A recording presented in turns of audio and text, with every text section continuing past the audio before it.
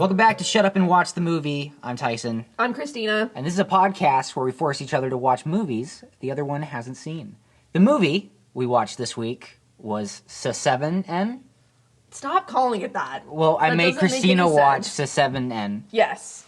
But before we get into that, let's go over a movie we watched in the past week.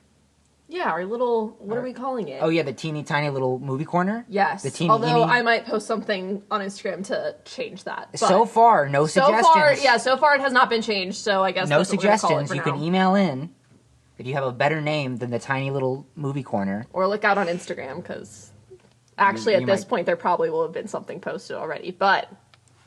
You go first. Okay, I honestly, between our last episode of Clueless and this episode, I have not watched many movies, but I rewatched Bottoms. Loved that one. Great, super funny, one of the best movies last year. And I started watching Breaking Bad, which I know isn't a movie, but widely known as one of the best TV shows of all time. I'm only a few episodes in, but I get it. Is it good? It's pretty great. It's pretty good? I think I'm like halfway through the third episode. It's pretty good. I understand why people love it a lot. Boiling hot takes here at Shut Up and Watch the Movie. I know, I'm saying some crazy stuff here. Really insightful.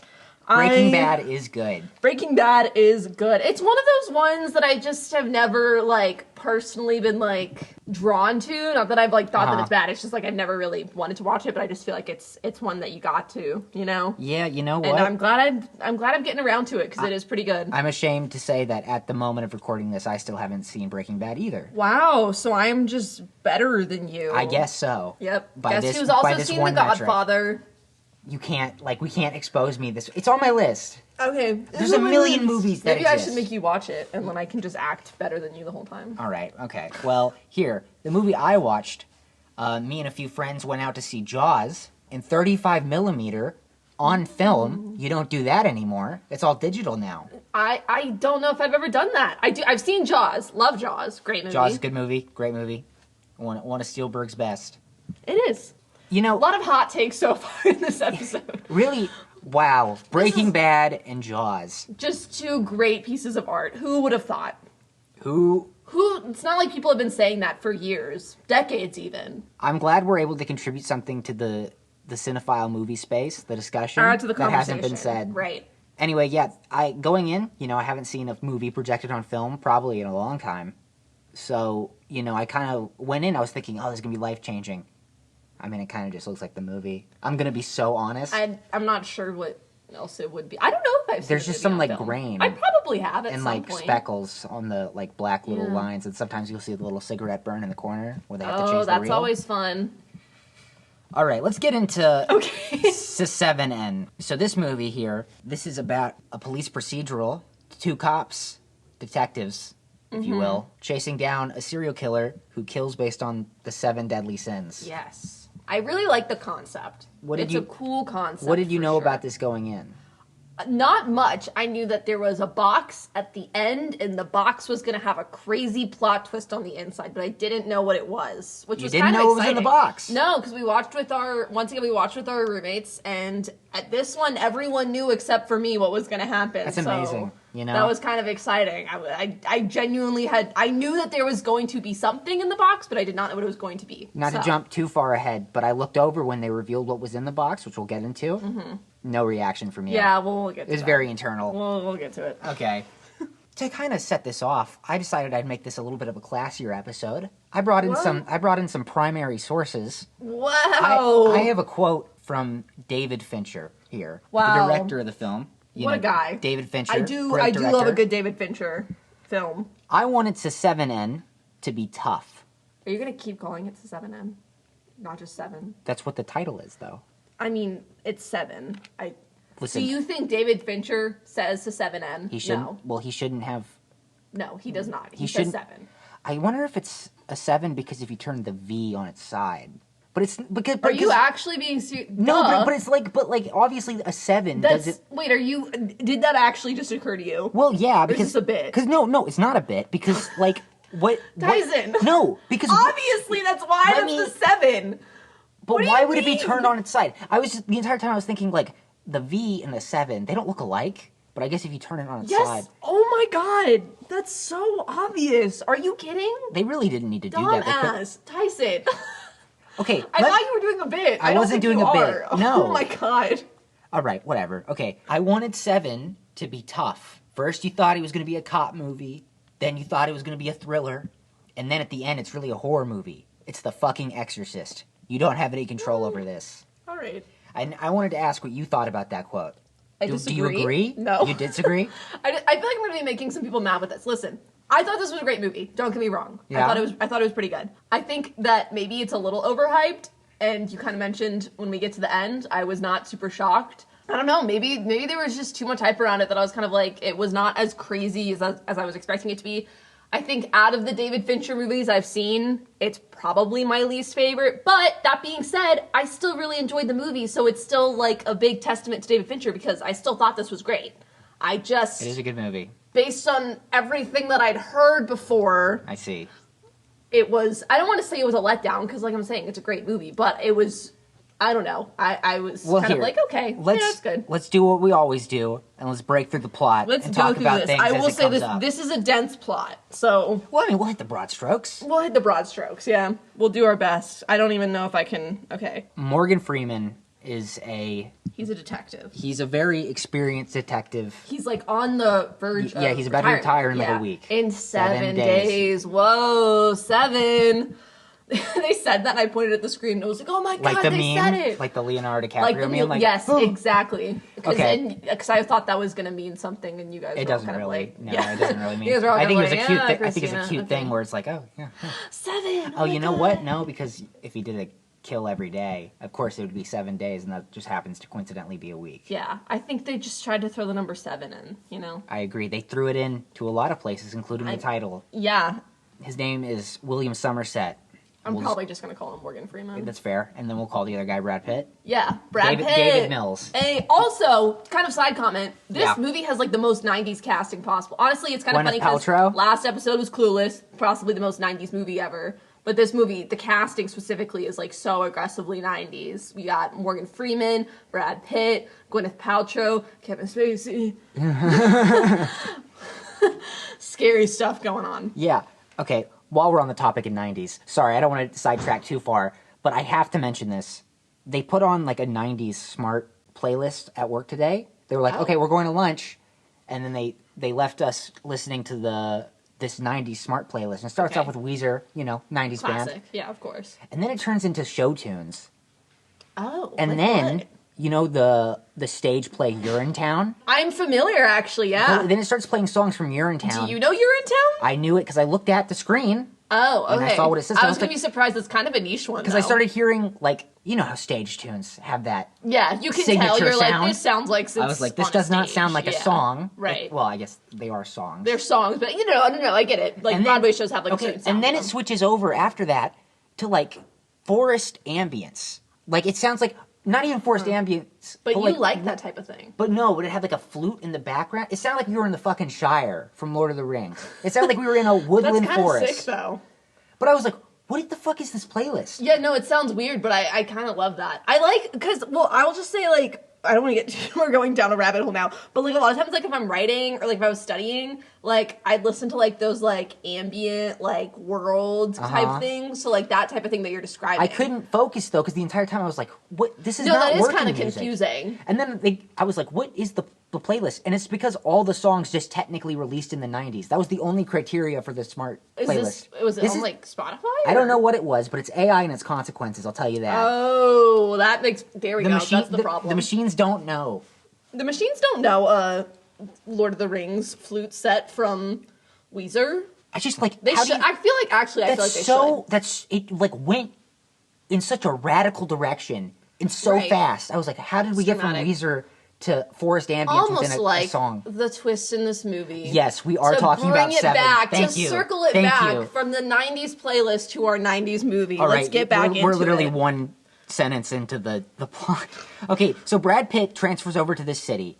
He goes by Mills, the Morgan Freeman Somerset, and they end up getting paired together. You have like the old experienced guy, and now this young new guy who wants to like he's a little rowdy. Yeah, he's a little rowdy. He's young versus Morgan Freeman, who's old. Who's he's by old the and book. over it. He wants Well, he's to. not actually by the book, but he's He's a definitely- lot more by the book. He's disillusioned.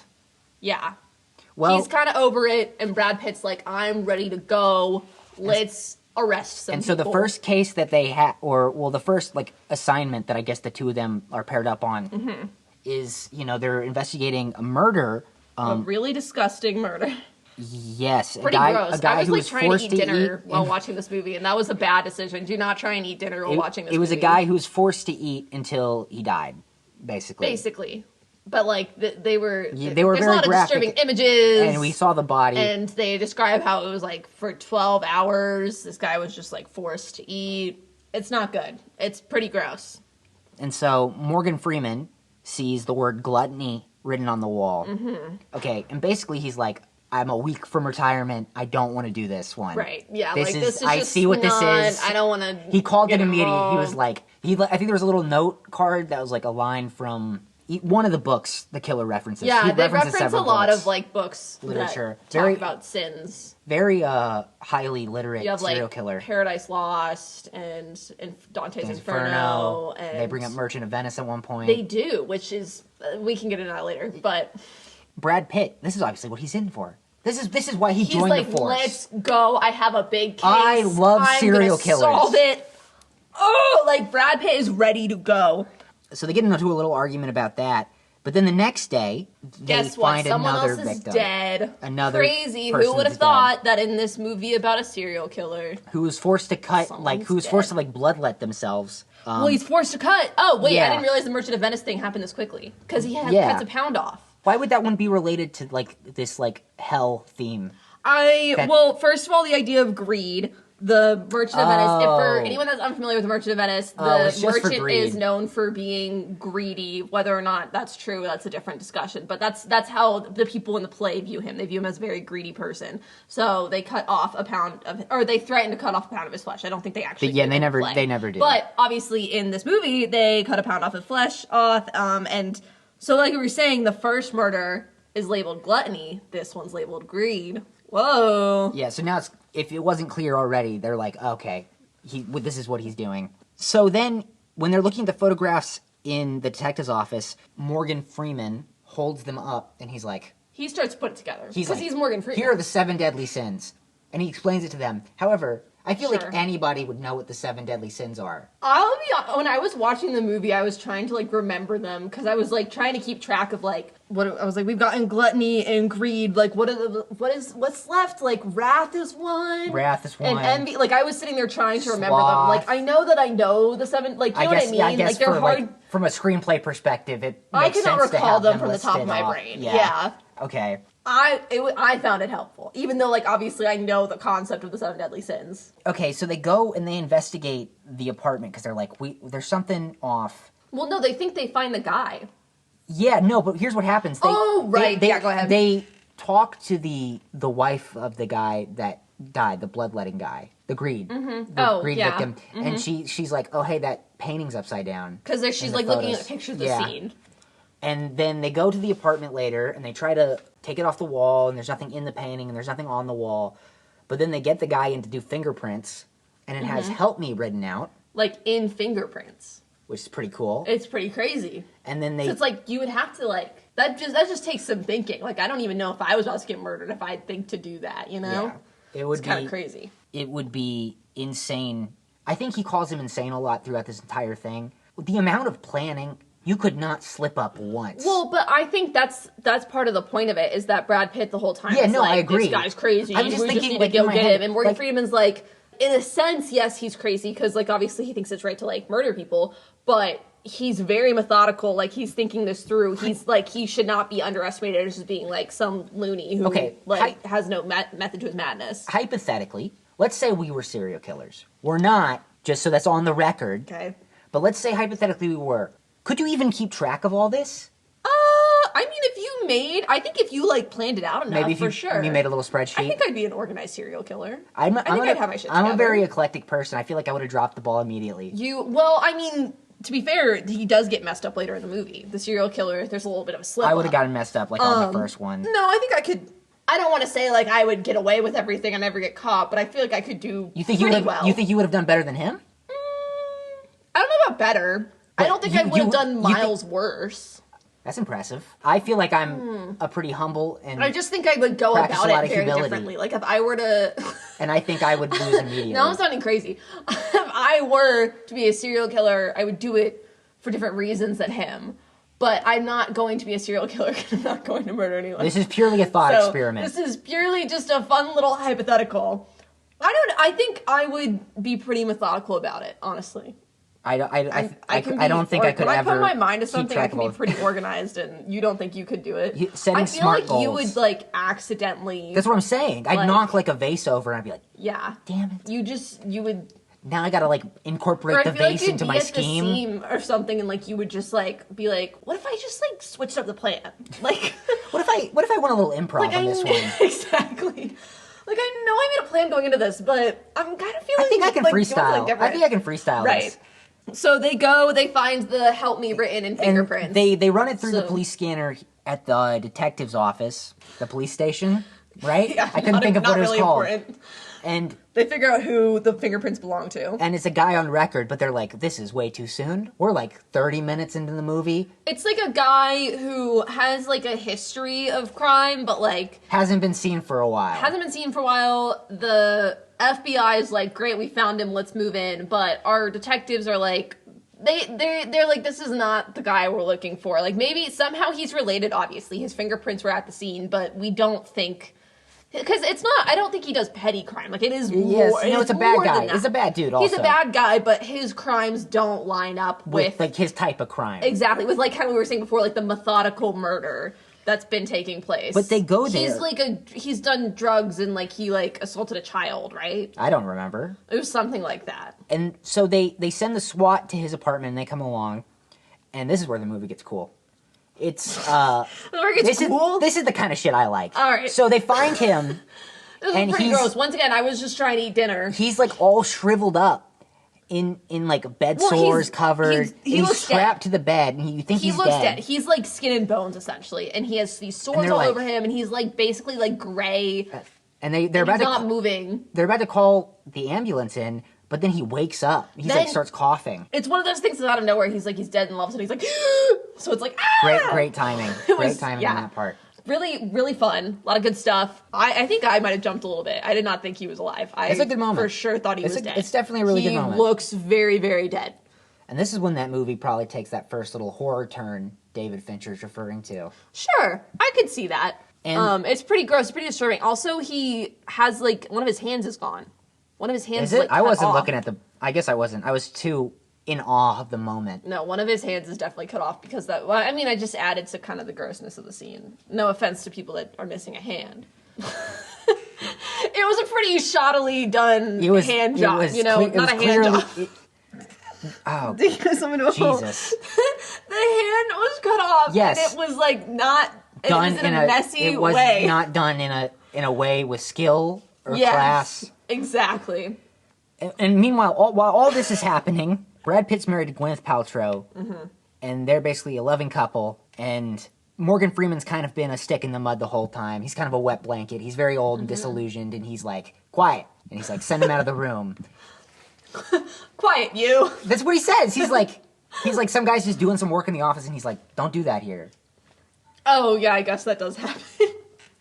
They end up, kind of bonding a little bit when his wife takes him to dinner. Like, his wife... invites him over to dinner. Brad Pitt's wife, Gwyneth Paltrow, invites Morgan Freeman to come over for dinner. There's, like, she's lonely because there's a new big city, and I think she's nervous for her husband because now it's, like, big city crime, and they're from... None of this... It's not defined what city they're in. Yeah, no, I think it's just where Brad Pitt and Gwyneth Paltrow came from, but they came from, like, a much more, I guess, suburban or, like, rural area than this city, so I think Gwyneth Paltrow's just, like, not feeling great about it. So she invites them over for dinner... Yeah. She's kind of, like, not happy. She doesn't really like it there. Yeah, you know what? The next day, or, like, a couple days later... Sorry, this is kind of out of order in the way I'm... I want to say it's the next day just because it's 7 days, and so I feel like it's, like, pretty fast. Yeah, it's pretty happy. She calls him again after they had this nice little moment of dinner when they're trying to break the case. And they meet up at a diner, just Gwyneth Paltrow and Morgan Freeman. And she's like, hey, I'm actually pregnant. Brad Pitt doesn't know. Right, which is kind of crazy. I hate living here. Part of me's like... it's crazy to tell him that, but also I feel bad who for are her you gonna because tell, who else though? does she? Yeah, who else does she have? She's kind of alone right now. Listen, I would trust Morgan Freeman with this information. Actually, that's so fair. You see I that would part, trust Morgan Freeman with this You see that part where he was like walking around the library, hidden the books? Yeah. No, you're so right, actually. They were playing like operatic music. Morgan Freeman would tell me the right thing to do. He was. He's smart. He seems like a nice guy. So, speaking of, what he tells her is... He kind of tells her a story where I guess he was going to have a baby, or him and a girl that he was with. But he was like, hey, they decided not to go through with it, yeah. So he basically tells Gwyneth Paltrow, like, do what you think is best. Having the baby might be really, really hard, but if you don't have it, you might really regret it for the rest of your life. Kind of a nothing answer, to be honest. It is kind of a nothing answer, but the kicker is, he says, if you decide to get rid of it, don't tell your husband. Because he'll live with the regret. Right. Or because he might not agree. Or does this come back now that we're thinking about that? Does that? Oh, well, it's just more the fact that he doesn't. It does come back. That part, but I just mean like the idea that this is okay. This is one of the things that I was a little underwhelmed with in this movie was just her character. Like I feel like Gwyneth Paltrow did a good job, but I was just kind of like she's just kind of there as like an ornament, which is why. When we get to the end, I was like, Gwyneth Paltrow is going to come back into this somehow. I was like, her character's not just here, to have a baby and then not have a baby, maybe? We don't know, but... Morgan Freeman eventually gets the idea. He's like, hey, there's this underground, potentially illegal thing the FBI does where they track, like, library records. Mm-hmm. And what people are reading at the library. Yes. And so we're gonna get this FBI list... And we're going to look and see who's checked out all these books related to the 7 Deadly Sins. Mm-hmm. You know, Merchant of Venice. The same ones they've been looking at, basically. The Dante and the Paradise Lost and... You know, if there's books about... Do they read the Bible? Does that happen? I'm sure maybe. I don't know. I feel like that would make sense. If there was a book on, like, serial killing for dummies... Yes. That was checked out, they would probably serial be, killing like... ones. They do that, and they get a guy, and they're just like, we're just going to go to this guy's apartment on record and just see what's up. We can't, like, do anything. Right. Because we're not supposed to know. So they go, but he's not there because he's getting groceries, but he comes right back up, like the stairwell, right as they're knocking on the door. Uh-huh. And then he shoots him. He just, just bang, bang. Crazy. So they're like, oh, well, we found our guy, but, like, now he's shooting at us. So there's this big dramatic chase scene. Where, I mean, I guess they're both chasing him, but Brad Pitt's really going full action star mode. Morgan Freeman clearly He's running on the roof and jumping across buildings and climbing down ladders, and Morgan Freeman's just running down some stairs. Clearly seen some better days. Morgan Freeman, it's not that he's not running like he is, he's just... He's old. He's older. Brad Pitt is over there doing, like, this Mr. is Brad Mrs. Pitt in his Smith, prime, going crazy. Morgan Freeman's just basically, like, running down the stairs to, like, catch up. But basically, this guy, who is based on the library record, was called John Doe. Mm-hmm. He manages to outsmart and, like, trip Brad Pitt, and, you know, he holds his gun to his forehead, and he's about to kill him, but then he's like, I'm not gonna do it. And then he runs away. Humiliating to Brad Pitt. Yeah, Brad Pitt took an L with that one. Is pissed. He should be embarrassed. He got beat up, too. Like, he's, like, covered in blood. He looks bad. But due to all this, they have to pay off, like, just like a vagrant in the street to fabricate a story of why they were there. Well, what happens is Brad Pitt kicks down the door. Well, I mean, I think... After Morgan Freeman's like, we can't do that. We need to go through the correct process in order to go in, because we need... But I feel like they would have had to have done that anyway after what happened. Like, because why were they there, though? Oh, yeah. You know, I see what you're saying. Because like, Morgan Freeman's like, we need to not reveal this whole FBI... I don't even understand why Morgan Freeman, like, was that worried about it. Because they already, like... This is clearly going to be an issue with the police, that there was a shootout at this apartment building. What is kicking his door down going to do? Anyway, they go into his apartment. Yeah, it's, like, deeply, like, satanic. Yeah, notebooks there's everywhere. A lot of stuff going on. There's... Neon red. It's, like, the whole thing's red. There's all these cases with, like, weird stuff in them. Because there's stuff, like, related to the murders that we've seen so far. There's, like, a jar with the hand. The hand, as I said, the guy's hand that got cut off, that's in, like, one of the cases. The one room you were talking about with the notebooks, there's literally, like, a room that's just full of, like, literally 1,000 notebooks that seem to have, like, no rhyme or reason. That's just, like, the ramblings of... Like a very dark, mentally disturbed person being like... I hate the world. I hate people. I want to kill. I want to kill everyone. And everyone deserves to die. And it's like basically like literally like 1,000 notebooks with all that type of stuff in it. So it's like, oh, that's nice. Brad Pitt, I'm pretty sure, goes into like a room with all these like pictures in them. Which I guess we never really defined that guy that was covered in sores and stuff. This is like another reason. Well, basically John Doe had like tied him up there. Yeah. He had tied him up there, and he'd been there for a full year, because there was pictures over an entire year chronicling, like, the condition that he went in, going down and down and down, because he was being, poisoned or something, right? Or just not fed? Yeah, he was just being, like, barely kept alive. Right, exactly. So that just adds to the point of Morgan Freeman being like, it is an insane person, but clearly it's, like, a highly intelligent I'm just putting myself person. in Morgan Freeman's shoes right now. I guess this is the point of the movie. But he's like, imagine you're on your last week. Right? And you're just seeing all this. I mean, I don't blame him for wanting to quit. I would have dipped out way earlier. We haven't even gotten to the worst one yet. Like your last week. Oh yeah, here's a crazy serial killer. They discover another murder victim at like an underground club. Right, because as we're going through the list right now. Yeah, and it's a sex worker who has died in a very violent way. I'm trying to figure out the classiest way to say this. It's really bad. Apparently, John Doe had like held a guy at gunpoint to wear a kind of harness around his lower region. That is very... It was pretty much like a sword. Sharp. A sword. A knife, essentially. And so when if you were to have intercourse with the harness... I would say, they were visiting a prostitute. To be fair, they don't show any of this. No, they don't. You see what the sword is, and the guy explains what happened. Basically, he had to wear a sword on his dick, and so when they had sex, it killed her. Yeah, pretty much. Okay, there we go. Yeah, there you go. There you go. So this is the lust sin, because it's a prostitute, and the guy that John Doe forced to do it. I don't know if we ever defined John Doe as our murderer. Yeah, I said that. Oh, you did. Okay, my bad. John Doe forced this guy to do it because he was cheating on his wife. And then they get to the next day, and there's another victim, and it's for Pride, who basically had to it was like a saw trap almost. It was like I haven't seen Saw, but... Well, it's just like... I'm familiar with the concept. He had to make a choice. It was like He cut off her nose, right? Yeah. Cut off her nose. To spider face. And she had to call for. It was like a trap where she had to call for help. There was I don't remember exactly what it was, but it was when they said cut off her nose to spider face, I felt so I just thought of a Taylor Swift lyric because she says that in a song. Even though I know your brain is mush. I know that it's an actual saying, but all I could think of was the Taylor Swift song. Back to the story with the gruesome murders. Yes. It was because, they cut off her nose, and then in one hand he glued a phone where she could call 911 to come help her, and in the other hand he glued sleeping pills, I think. So she could kill herself. Because I think if she called for help, it would cut her up. No, I think the idea was if she called for help, then it was a model, and so she'd be forced to live disfigured for the rest of her life. So that was where the pride played in, because she's so prideful that her beauty, she wouldn't want to live anymore if she didn't have her beauty. That's right. He was basically calling her vain, because she would rather die ugly, I guess, than live ugly. That's a better way of putting it. So, really fun stuff going on here. Really, really fun stuff.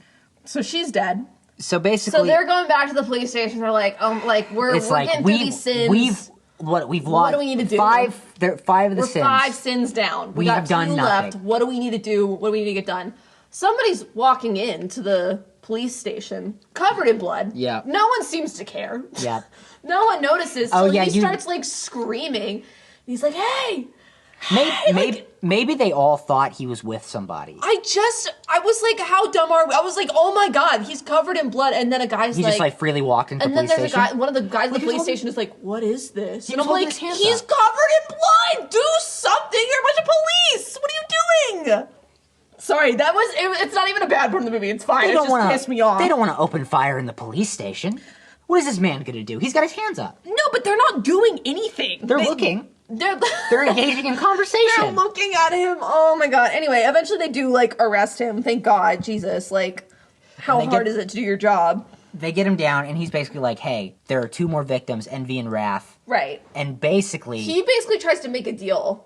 He's clearly he's creepy. I will take you to them. He's played by Kevin Spacey, who's already a creepy enough man on his own. Yes. So... He says, I will take you to them in the desert, but I will only take Morgan Freeman and Brad Pitt. I will take no one else. He wants to take Morgan Freeman and Brad Pitt. And also, we should mention that back at his, when they're, like, breaking into his apartment, right? Mm-hmm. He calls them, and he says, like, oh, I admire you. Like, this is going to mess up my plan a little bit, but... You know, it's all for you, bestie. You've done some really great work. And it's like... Oh, they kind of got a bromance going on. It's kind of like a love triangle, if you think about it. Brad Pitt and Morgan Freeman, they kind of got a bromance going on. Challengers? They got Kevin Spacey and Morgan, Brad Pitt kind of have a bromance. I did think it was funny because when was it? It was Kevin Spacey had been on screen for a few minutes, and I was like, that actor looks really familiar. And I was like, it's Kevin Spacey. And I went, oh no. It just made like his level of creepiness go up so much more. So they get wiretapped up. They get mic'd. Right. So he says he's going to take them to the victims, but only those two. And they're like, no one, like, at first they're like, we're not going to do that. And then they're like, oh, but he'll plead insanity if not. And then he won't get charged. Which, would that actually work? I feel like I don't know enough about that process. I don't know. I feel like, you could probably plead insanity if you did crazy stuff. Would you still go to jail, right? I don't know what it is, but You'd go to either I think you'd go to like some sort of mental facility. Yeah. They're not just going to let you walk around. But I think the idea is that mental facility would be a lot nicer than jail, and they're not going to kill you. Maybe jail, I feel like you'd get the death penalty. I don't know. Right? I feel like I don't know if that would work. I don't know. You know, hypothetically, if we were serial killers. Hypothetically, if we were serial killers, I mean, I guess it's a good backup plan if you were to get arrested. Plead insanity. For a hypothetical. It sounds like he really had all his bases covered here. He really thought of every outcome. Yeah, no, because he had a lawyer. Like, guy was hooked up. Yeah, what was the deal with that lawyer? Was he, like, hired? Okay. He was getting paid by John Doe. Our lawyers, so he was just doing his job. Our lawyers, but, like, the lawyer even knew he was guilty, and he was a murderer. But if the lawyer was court appointed? No, I don't think so. Okay, so he hired, okay. But also, even if it was a court appointed, then it's, like, your job to defend your client. That's why sometimes with criminal... Like, who would want to do that, Lawyers are very questionable sometimes. Not all lawyers. There are a lot of great lawyers out there, but sometimes when lawyers defend very rich people, they are defending people that they know might be guilty, or they know might have done something wrong, and they're trying to get them off or help them get a better deal than that they might have. That's why some lawyers are very expensive, and that's why a lot of people can consider lawyers corrupt. So sometimes there are a lot of really good lawyers out there too that do a lot of good work. So does like a lawyer just not like how do they live with themselves if they're? I guess they just like. But the lawyer's getting paid. How much money? How much money would Probably a lot. That was the other thing with John Doe is they like made a comment like he seemed like he was. His whole past was very unclear, but, like, he had a huge apartment in New York City. Mm-hmm. Like, it was huge. We were like, he has to have some sort of money. There was some sort of comment about him probably being educated because he seemed reading all these things. He was very intelligent. Here's a question for you. Mm-hmm. How much money would you take to gladly get this guy off? I don't know if I could do that. You don't know if you could do it? I don't know if I could do it. I'd take, like, maybe, like, $20? $40? 20? To call the John Doe character innocent? Well, I mean, like, what? Like, can he, like, give me, like, food? Or... Tyson, what? No, I'm joking. Obviously, I'm joking. Obviously. It's a bit. We're just razzing. That wasn't a funny bit. Bazinga. We're razzing each other. 1,000 at least. And I was going to be like, Tyson, that's, like, horribly low. But not 20. That was, like, too low even for the joke. Like, it was too low? That was too low. Oh, okay. Let's get through this. We're almost at the maybe end. I'd be a better serial killer, but every time I'm not ready to sell my soul for $20. Every time we get to this last stretch of the podcast, I'm always just like, let's just get through it. Let's just get to the end. We're about to, the last, like, 20 minutes of the movie is the best part. We're here. It's really good. It is really good. And basically, he takes him out to the desert. Before they get in the desert, there's, like, a whole conversation in the car that's, like... Well, it's not... I mean, like, what do they really say I think that's, like, one of the best parts of the movie. It's good. It's very good. It's good, but, like, they basically kind of go back and forth, and they're just, like... Brad Pitt argues with Kevin Spacey. They're basically going back and forth, and Kevin Spacey's saying, like, kind of like, I've been chosen to, like, show the world, like, everything they've done. Like, I'm here to, like, prove why people have done it wrong. And Brad Pitt keeps saying kind of what we've been saying the whole movie, where he's like, you're insane, you literally are just a crazy person, like, you're just going around killing people. And Kevin Spacey's like, no, there absolutely 100% has been a method to my madness. So he kind of breaks down kind of what we've already... He just kind of reconfirms a lot of the stuff where he's like, no, these weren't innocent people that I killed. He gives the spark notes. The gluttonous man, the man who was gluttony, he was obese and he, like, was very unhealthy and that's a sin. And the lawyer that I killed, very greedy. That's why he was greed. He helped a criminal get off when he should not have. Yeah, they all are basically the sins. They're all representative of their sins. Obviously. I think I feel like that was pretty clear, but I think the movie was trying to, like, just make it clear for the people that didn't. If you were like Brad Pitt, if you hadn't put the pieces together yet, it makes it clear. I also just think it was a very well acted and written scene. Like, I felt like I was, like, very much in the argument in the moment.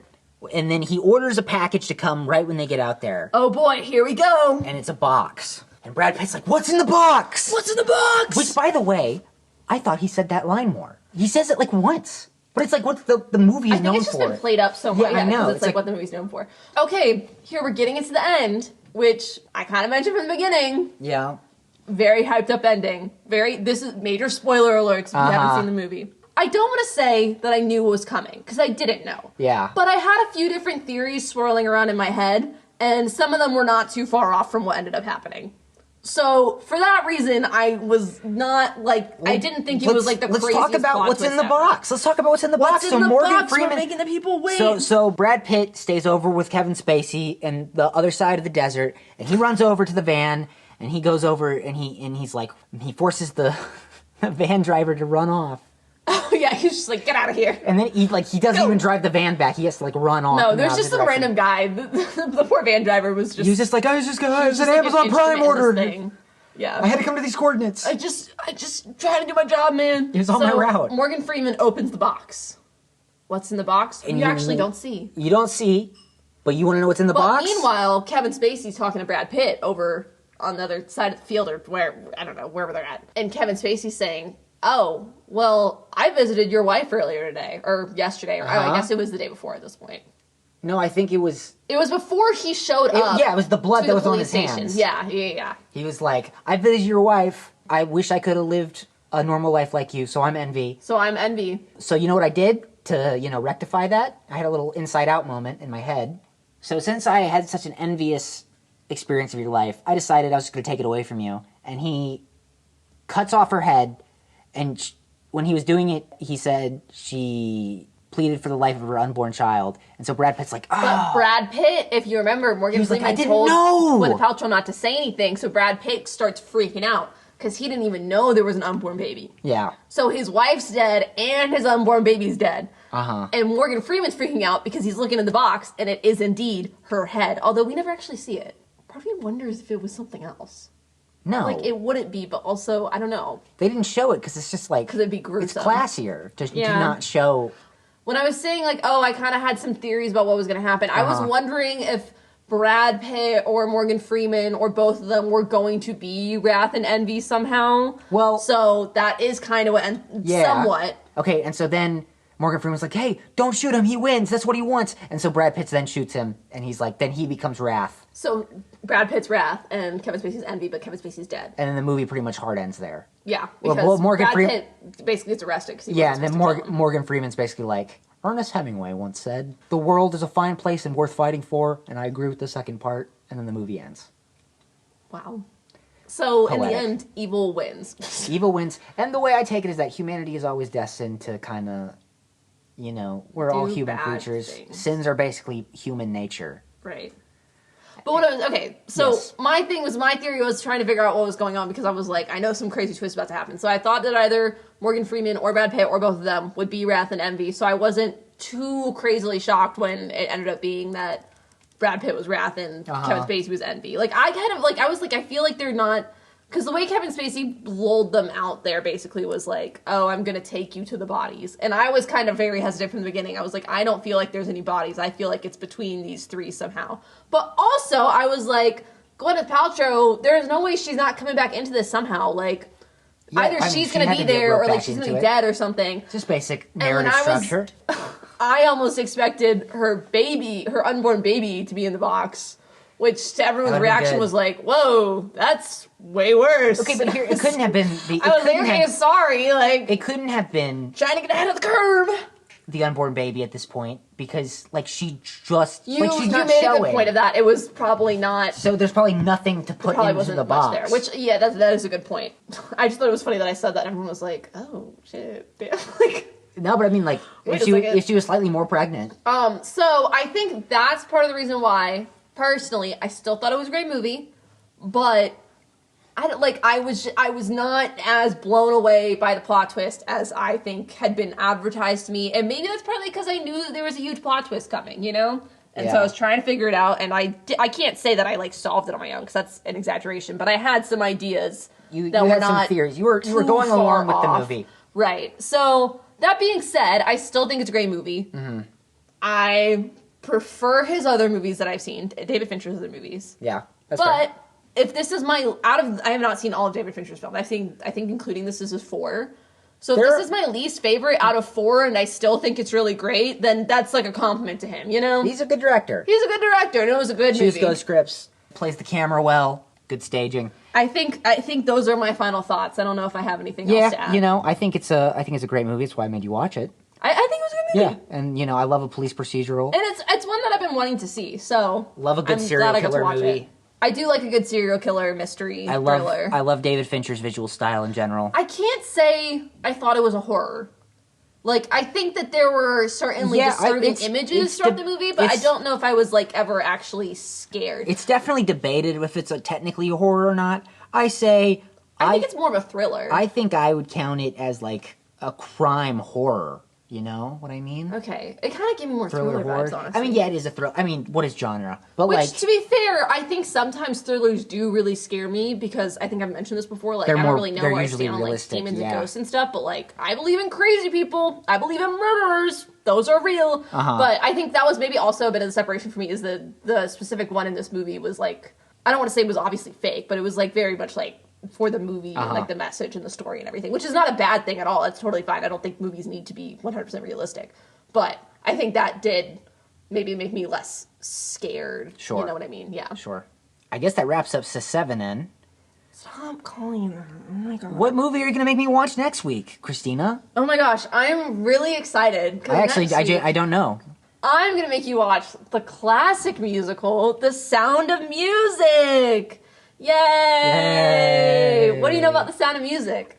I don't. She twirls around on the field. She does do that. It's kind of crazy to me that you haven't seen this. Like I feel like this was just one that was on a lot as a kid. You know, for me. What channel? No, what are you talking about? The what do you DVD mean? that we owned. Yeah, of course that I haven't seen it. We did not own. I feel like I watched it in like elementary school music class too. I don't even want to talk about the movies that my parents would play. My parents would play a very critically acclaimed movie. Adam Sandler comedies. Okay, that's that's respectable too. I love a good Adam Sandler comedy, but Sound of Music is classy. It's classy. It's very famous. I'm looking forward to getting. It's a very beautiful movie, and visually, and the story, and I love it. It's great. It's a comfort movie for me. It is really long. That's the only thing, but we'll. How long is it? It's almost 3 hours. I don't know exactly how long. No, it's so good. What? No, there's an intermission. It'll be fine. What? 3 hours? You're fine. Get over yourself. Oh my god! You know, I think it's a. Wait, hold on. I'm gonna look it up now. You watch yourself because when I pick my Zack Snyder movie at some point, I'm gonna watch Zack Snyder's Justice League, and that's a 4-hour movie. Oh my god! I would just choose death. Why is The Sound of Freedom the first thing coming up? That's not what I want. Let's not talk about that one. That's a different. There's nothing good about connecting. It's 2 hours 52 minutes. Okay. Technically, there's an intermission though. It's like one of those old ones that has like an intermission. How long is the intermission? We wanted to. The intermission in the movie is like 30 seconds. But if we decide. Sorry, this is like less of a podcast conversation, more just logistics. More the logistical conversation. We can watch one half. Okay, that's awesome. I'm excited. If we choose to. You know what? No. You know what? I'm not negative. It's a great movie. It won awards, I think. I don't want this to come back and bite me in the ass. I think, I'm not totally sure. When I say... It was nominated for awards, for sure. If I ever end up in a lucky enough position where I am a filmmaker, I don't ever want this to come bite me back in the ass. You can't disrespect Julie Andrews. I was about to say, Sound of Music is a classic. I'm going to give it a fair shot. I think you're going to like it more than you're thinking. I fully expect it. All right, well, and then I guess that's the show. All right, if you want to reach out to the show, you can reach us at shutupandwatchpod@gmail.com, or you connect with us on Instagram at shutupandwatchpod. And do you know we also have a website, which I have decided to make the ugliest thing imaginable. What do you mean? No, I have to clarify so when people find it, they know it's a bit. Yeah, that actually is kind of important because people are not going to know it's a bit. So this wonderful website, my baby, if you will, it's bright yellow, bright purple, Comic Sans everywhere. Baby? What? Are you saying you wouldn't love a baby if it was ugly? I wouldn't love a baby if it's ugly, but my babies are going to be beautiful. I love My Baby, which is this bright yellow and purple Comic Sans website. I mean, I wouldn't choose for anything to be ugly if I had a choice. That sounds like a horrible thing to say. All right, just get through the rest of this. We want to say thank you to our good friend Ronan Lilly for editing the pod, Bailey Johnson for our amazing logo, and Justin Hicklin for our very groovy jingle. If you like the show and you want to help us out, you can follow us on either Apple Podcasts or Spotify, rate us 5 stars, and leave a positive review. Tyson, did you know? No, I didn't, Christina. Wait, were you... I didn't finish speaking. Okay. Did you know that every time someone shares our podcast, a fairy gets its wings? That's lame. What do you mean? That's not lame. Have you ever seen Tinkerbell? Of course you haven't. God, add that to the list of stuff for the podcast. A fairy gets... You know what? I actually am so happy for the fairies, and I bet they're enjoying that. I need to show you Tinkerbell and educate you, because clearly you don't understand how special it is. I hope they're jamming out to that forest ambience I was listening to. Oh, I bet they are, earlier. honestly. That's pretty accurate for the girls up in Pixie Hollow. All right. Okay, great. Another iconic episode of the Shut Up and Watch podcast. All right, okay. We're both really tired. Bye, guys. Bye. Bye.